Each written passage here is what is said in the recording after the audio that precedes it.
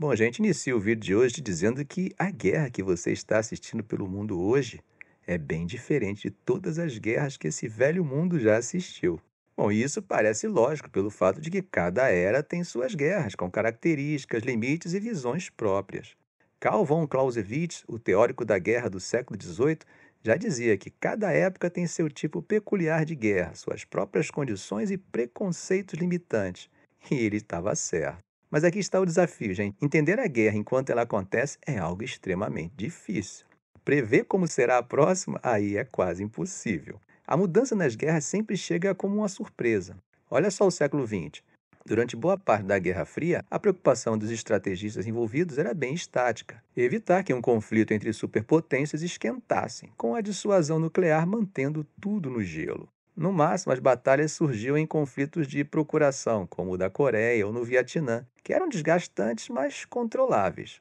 Quando a União Soviética caiu, veio uma nova era. Nos anos 90, vimos coalizões internacionais agindo em conflitos pontuais, como na Guerra do Golfo ou nos Balcãs. O foco era intervir em situações onde governos invadiam vizinhos ou praticavam pontinho. Aí depois veio o 11 de setembro, lembram? O mundo virou de cabeça para baixo, e a luta contra o pontinho passou a dominar a estratégia militar da guerra. Durante esse período, guerras entre estados ficaram em segundo plano. O que realmente chamava atenção eram organizações como a Al-Qaeda e mais tarde o Estado pontinho, lutando nas sombras em lugares remotos. Agora, em 2022, temos uma guinada histórica: o início da guerra na Ucrânia.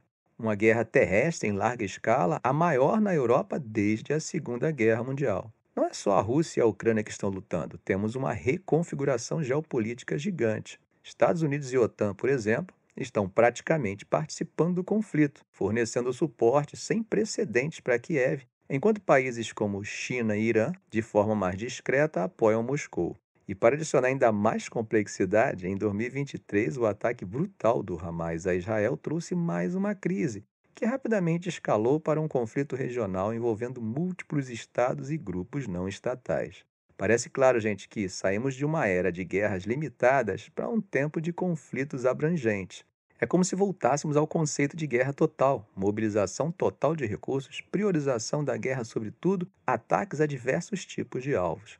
Só que agora com novas tecnologias e economias profundamente interligadas. Então nós estamos falando de algo completamente novo. Querem saber como isso muda o futuro das estratégias e o que os planejadores precisam pensar para os próximos anos? Então, para entender, é essencial revisitar algumas previsões feitas há cerca de uma década. Na época, muitos especialistas achavam que os conflitos futuros seriam mais rápidos, com forte integração entre pessoas e máquinas inteligentes. Ferramentas autônomas como drones ganhariam destaque e os espaços físicos e cibernéticos seriam os novos campos de batalha estratégicos. Algumas dessas previsões até que se concretizaram, outras não. Por exemplo, os drones realmente revolucionaram os campos de batalha. É só olhar para o que está acontecendo na Ucrânia. Lá temos desde drones aéreos lançando mísseis até coisas como cães robôs patrulhando as trincheiras. Mas, ao mesmo tempo, as ameaças nucleares voltaram a dominar o discurso. Putin já fez insinuações sobre usar armas nucleares e até posicionou algumas em Belarus. Já a China está ampliando e diversificando seu arsenal nuclear, tornando o equilíbrio global ainda mais complexo. De uma dinâmica bipolar entre Estados Unidos e Rússia, agora estamos vendo um cenário tripolar. Agora é aqui que as coisas ficam realmente intrigantes. O chamado contínuo de conflito mudou. Antes podíamos categorizar os tipos de guerra em níveis: insurgências e pontinho no nível mais baixo, guerras convencionais no meio e ameaças nucleares no topo, né? Hoje tudo isso parece colapsar em um único espectro. Na Ucrânia temos drones autônomos, batalhas de trincheiras como na Primeira Guerra Mundial e a sombra de armas nucleares pairando. No Oriente Médio é um misto de ataques sofisticados com mísseis e confrontos mais tradicionais como homens armados em motocicletas.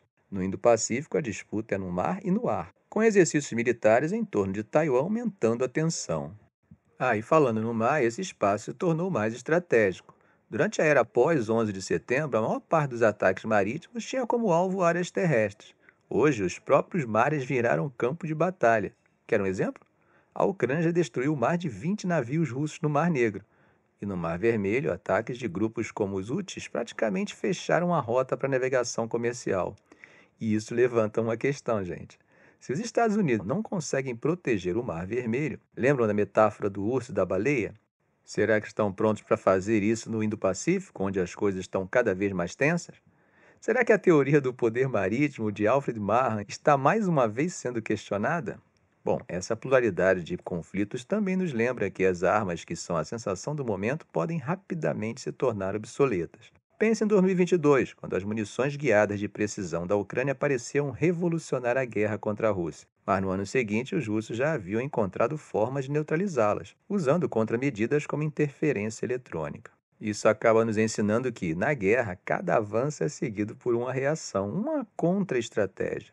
Isso nos leva ao ponto importante. Entender as guerras de hoje não é apenas questão de observar o presente, mas de prever o que será decisivo no futuro. Estamos vivendo um momento, gente, em que os conflitos não só se tornaram mais amplos, mas também mais diversificados. Bem, as guerras pós-11 de setembro já haviam mostrado o papel desproporcional de grupos não estatais, como T, milícias e forças paramilitares. Mas agora estamos lidando com uma combinação ainda mais complexa. As forças tradicionais dos estados estão de volta, mas esses grupos não estatais continuam a desempenhar papéis importantes. Vejam o Oriente Médio, por exemplo. Temos os Houthis, que, apesar de serem uma força rebelde relativamente pequena, estão desafiando a Marinha dos Estados Unidos como nenhuma outra desde a Segunda Guerra Mundial. E não para por aí. Com a ajuda do Irã, eles estão fabricando seus próprios drones e atacando no ar e no mar. Na Ucrânia, o cenário é igualmente complexo. Lá, as forças regulares de Kiev estão lutando lado a lado com voluntários internacionais, algo que não víamos em escala tão grande desde a Guerra Civil Espanhola. Enquanto isso, a Rússia emprega mercenários do grupo Wagner e até condenados enviados diretamente ao campo de batalha. Tudo isso torna a tarefa de construir forças parceiras ainda mais complicada do que era na época das guerras no Afeganistão e no Iraque. Naquele tempo, o foco de Estados Unidos, China e até Rússia era ajudar aliados a combater ameaças T-e insurgências. Agora a situação é bem diferente. A ajuda à Ucrânia, por exemplo, exige que os Estados Unidos e seus aliados não apenas forneçam armas, mas também ensinem os ucranianos a usar equipamentos de ponta em uma guerra contra outro Estado. A mesma coisa vemos do lado oposto. E olha só que interessante. Os Estados Unidos precisaram formar uma coalizão internacional inédita com mais de 50 países para coordenar o fornecimento de material bélico à Ucrânia. Esse é o esforço mais complexo e rápido já feito para construir a capacidade militar de um único país. Por vezes, gente, equipamentos chegam à Ucrânia em questão de dias. Claro que não podemos desconsiderar a questão política, e as decisões políticas acabam atrasando muito mais do que problemas de logística. Mas, claro, sempre há um custo, né? Transferir equipamentos valiosos para aliados pode impactar a prontidão e a credibilidade militar do país que transfere. Além disso, essa assistência não é só técnica, ela é também política. Muitas vezes é necessário decidir cuidadosamente como e quando o equipamento será usado, especialmente para evitar cruzar as chamadas linhas vermelhas de adversários, né? E como temos visto ultimamente, até mesmo essas linhas vermelhas já não são tão vermelhas assim como pensávamos. E não podemos ignorar o papel das indústrias de defesa, da indústria bélica. Países como a Rússia, China, Irã e Coreia do Norte estão ampliando ou revitalizando suas capacidades industriais para sustentar os conflitos. O que dizer dos países europeus, que têm tido grande dificuldade de produzir munições em quantidade suficiente para fornecer aos ucranianos? De uma hora para outra, todos estão preocupados em como criar as condições ideais para evitar ou se preparar para conflitos futuros, como uma situação que envolva, por exemplo, a questão de Taiwan. Aprender com a guerra na Ucrânia tem sido importantíssima.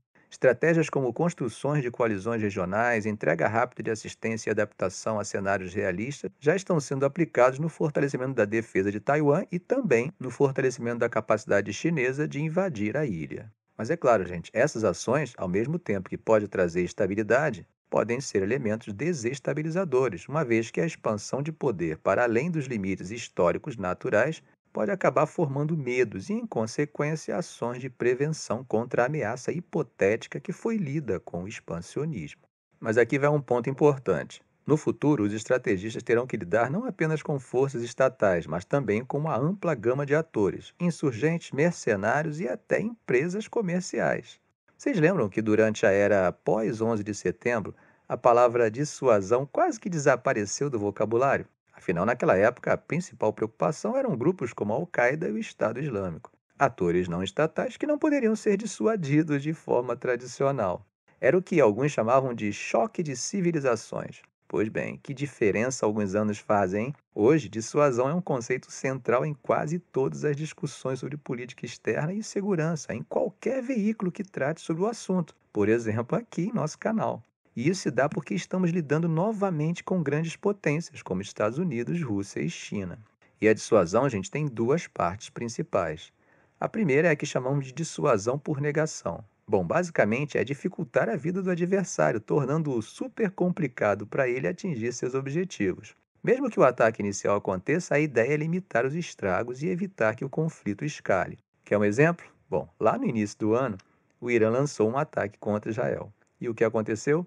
Israel, com a ajuda dos Estados Unidos e aqueles sistemas avançados de defesa aérea, conseguiu interceptar a maioria dos mísseis e drones iranianos. O resultado? Espaço para planejar uma resposta mais tranquila e calculada. Mas, claro, há um preço, né? Respondendo a ataques relativamente baratos dos Houthis no Mar Vermelho, por exemplo, a Marinha dos Estados Unidos gastou enormes recursos em munições e operações de dissuasão sem conseguir neutralizar completamente a ameaça. Isso levanta a questão: até que ponto esses esforços são sustentáveis? Bom, meus amigos, mas agora vamos falar da tal dissuasão por punição, que é aquela ideia de mandar o recado para o adversário. Se você pisar na bola, as consequências vão ser severas, hein? Isso ficou muito evidente na guerra da Ucrânia. Quando Putin começou a dar aquelas indiretas sobre usar armas nucleares, o que os Estados Unidos fizeram? Responderam rápido e na lata, né? Se fizer isso, as consequências serão catastróficas. Mas não ficou só na conversa, porque países como a China e a Índia também ajudaram a colocar pressão. Uma vez, gente, que quando se fala em armas nucleares, a autossubsistência acaba sendo de todos. E isso acabou reduzindo bastante o risco de uma escalada nuclear. Lembra das famosas linhas vermelhas que nós falamos? Em situações de tensão como a que estamos vivendo, é necessário muito cuidado com cada atitude. Por exemplo, vocês sabiam que os Estados Unidos chegaram a adiar testes de mísseis balísticos intercontinentais para evitar que alguém interpretasse isso errado? Pois é, era uma forma de não dar margem para mal-entendido. E quando a coisa apertou, como depois dos ataques de outubro de 2023 pelo Hamas, o que eles fizeram? Mandaram porta-aviões direto para o Oriente Médio e deram um recado claro para o Irã: não piorem as coisas. Tá vendo como essas decisões têm que ser rápidas e certeiras? Quando analisamos as atitudes do Irã, também podemos perceber o cuidado com as atitudes e com a intensidade das respostas. Gente, nem tudo é tão direto quando falamos em dissuasão. Vocês já pensaram que confiar demais nessas demonstrações de força pode sair pela culatra? Olha só, por um lado, os adversários aprendem rápido, né? Eles podem começar a planejar maneiras de contornar essas ameaças, o que acaba tornando essas ameaças menos eficazes. Por outro lado, isso também pesa na prontidão militar. Imagina a gente gastando recursos demasiados em um esforço e depois, quando precisamos atender a outra demanda, ficamos com as mãos atadas para responder em outras regiões. Como exemplo, podemos lembrar da atuação russa no recente levante na Síria. Aliás, o Indo-Pacífico é onde entra uma nova abordagem chamada dissuasão por resiliência. Analisando, por exemplo, a atuação dos Estados Unidos e de seus aliados, a ideia não é apenas impedir um ataque inicial, mas garantir que, mesmo em caso de ataque, as forças dos Estados Unidos possam continuar lutando. Ao mesmo tempo, a China mantém a pressão para que não haja avanços do outro lado e a concretização de sua política One-China Policy esteja pronta para ser consolidada assim que o cenário for favorável. E é claro, gente, que a China está percebendo o movimento de seu principal adversário. O uso da dissuasão por resiliência por parte dos Estados Unidos está sendo acompanhada pelos chineses de perto. E eu acho que todos vocês já perceberam que Washington está fazendo isso.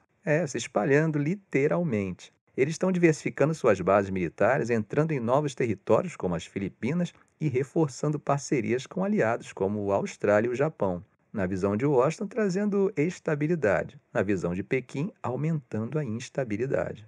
A diplomacia dos Estados Unidos está, podemos dizer assim, bem agressiva. Por exemplo, acordos como com Papua Nova Guiné estão permitindo que Washington modernize bases locais, faça mais exercícios conjuntos e, claro, trabalhe melhor em parceria com outras forças armadas. E deixa eu te contar, um submarino americano com capacidade nuclear fez uma visita à Coreia do Sul outro dia. Dá para imaginar o impacto disso? É como se eles estivessem dizendo: olha, estamos aqui e não vamos a lugar nenhum. Do outro lado, a Coreia do Norte percebe que precisa se fortalecer e se preparar para um confronto em potencial. Logo, não é por acaso que a Coreia do Norte está cada vez mais se aproximando da Rússia, buscando ampliar suas capacidades tecnológicas. Mas há também a tal da incerteza estratégica. E aqui eu usaria a metáfora do olhar de sorriso congelado de Xi Jinping. Você já se pegou tentando imaginar o que ele estaria pensando? Então, gente, nem sempre é possível saber como cada aliado vai reagir se a coisa realmente esquentar. Será que vão liberar o uso das bases? Ou vão se envolver diretamente no conflito? Essa dúvida faz parte do jogo, viu? Porque pensa comigo, se um Estado X não tem uma clareza total, os adversários, como o Estado Y, também ficam sem saber o que esperar. E isso, é claro, acaba complicando demais qualquer planejamento ofensivo. Agora dá para ver que isso não é só sobre base e movimentação militar, é também sobre diplomacia. Vocês sabiam que recentemente os Estados Unidos conseguiram um marco histórico ao aproximar Japão e Coreia do Sul? A rivalidade entre os dois, gente, é bem antiga, é anterior ao século XVI. E hoje são mais de 60 encontros e exercícios conjuntos só nos últimos anos. Isso mostra que a construção dessas redes regionais está a todo vapor. E é claro, já falamos bastante sobre isso no canal. Agora eles criaram a AUKUS, aquela aliança que junta Austrália, Reino Unido e Estados Unidos para modernizar capacidades militares, como os submarinos nucleares. Gente, dá para imaginar o trabalho que é coordenar tudo isso? E olha, o desafio é grande, hein? Outros atores da região, como a China, enxergam essas alianças de uma forma bem diferente. Na visão deles, essa presença dos Estados Unidos e seus aliados acaba gerando mais instabilidade na região. Agora, manter todos alinhados não é nada fácil, exige um esforço diplomático e estratégico constante.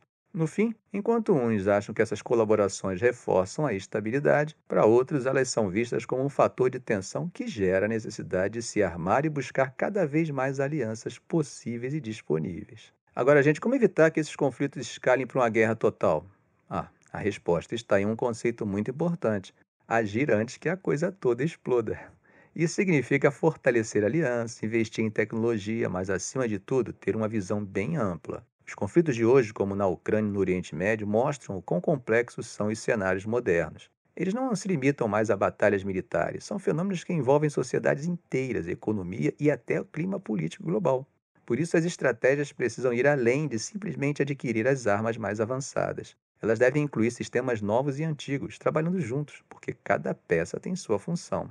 E, gente, falando de Taiwan, temos aqui um exemplo de uma das tensões mais delicadas no cenário global atual. A ilha está no centro de debates intensos. Enquanto os Estados Unidos buscam melhorar a rapidez na entrega de ajuda militar e garantir uma defesa sustentável no longo prazo, não podemos esquecer do outro lado dessa história, a política chinesa de One China Policy. Para os chineses, gente, isso é sagrado, e a própria relação internacional chinesa com os demais países está relacionada a essa política. Lembrem que na década de 1970, os Estados Unidos, membros da ONU, incluindo aí o Brasil também, deixaram de reconhecer Taiwan como a China e reconheceram Pequim. Tanto que o quinto assento do Conselho de Segurança das Nações Unidas passou para a China continental naquela ocasião. Antes era Taiwan quem representava a China. Essa visão promovida por Pequim considera Taiwan parte de seu território. E até no contexto da nova Rota da Seda, essa política é uma espécie de texto áureo. Essa dinâmica toda adiciona uma camada a mais de complexidade, especialmente porque os Estados Unidos estão focados em treinar as forças taiwanesas e preparar a ilha para cenários reais de conflito.